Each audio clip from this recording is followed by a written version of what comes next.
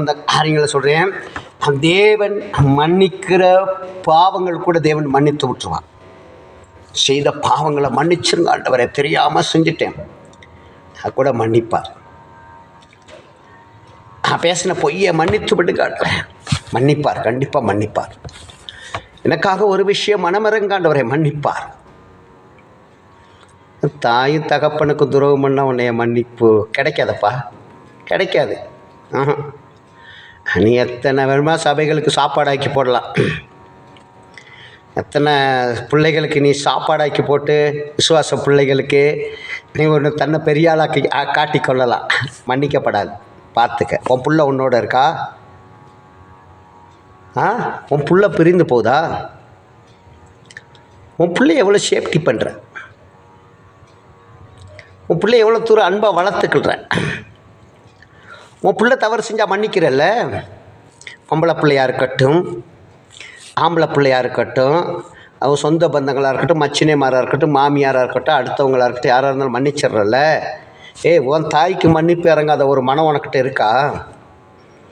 அப்படியா கொண்ட மனம், உன் தாயை மன்னிக்காத ஒரு மனம் இந்த உலகத்தில் உனக்கிட்ட இருக்குது.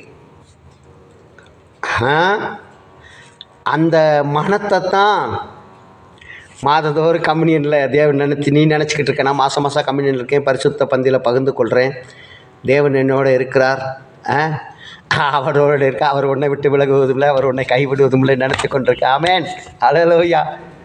கைவிடுவார், கைவிடுவார் மகனே. இன்றைக்கு உன் தாய்க்கு வந்த வழி நாளைக்கு உனக்கு அதோட டபுள் மடங்கு அவர் ரெட்டிப்பான ஆசீர்வாதம் கர்த்தர் சொல்லியிருக்கிறார். எந்த ஆசீர்வாதம் வேணும்? உன்னை ரெட்டிப்பாக ஆசீர்வதிப்பேன்னு சொன்னார்ல, எந்த ஆசீர்வாதம் வேணும் சொல்லு? நீ கனப்படுத்துகிற காரியங்களை காட்டிலும், தாயை தகப்பனை துக்கப்படுத்துகிற காரியங்களை காட்டிலும் உயர்வு. இன்னைக்கு சம்பளம் நல்ல உயர்வு, நல்லா சாப்பிடணும், நானும் என் பிள்ளைகளும் நல்லாவே இருக்கு. நன்றாக இருங்க. பாவ மன்னிப்பு நிச்சயம் பெற்றுக்கொள்ள முடியாது. பாவ மன்னிப்பு எங்கே போய் பெற்றுக்கொள்ளுவீங்க?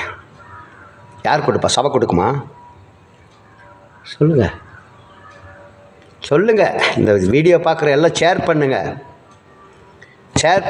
உலகத்துக்கு ஷேர் பண்ணுங்கள். 50,000 1,00,000 பேருக்கு ஷேர் பண்ணுங்கள். கர்த்தர் உங்களை ஆசீர்வதிப்பார். உங்கள் மூலியமாக ஷேர் பண்ணும்போது அவங்க அந்த பையன் மகள் மனம் திரும்பும்போது உங்களுக்கு ஒரு ஆசீர்வாதம். அதை நீங்கள் எந்த மதமாக இருக்கலாம், எந்த ஜனமாக இருக்கலாம், அதை குறித்து எனக்கு கவலை இல்லை. தாயும் தகப்பனை கனம் பண்ணுங்க. கர்த்தர் உங்களை ஆசீர்வதிப்பாராக.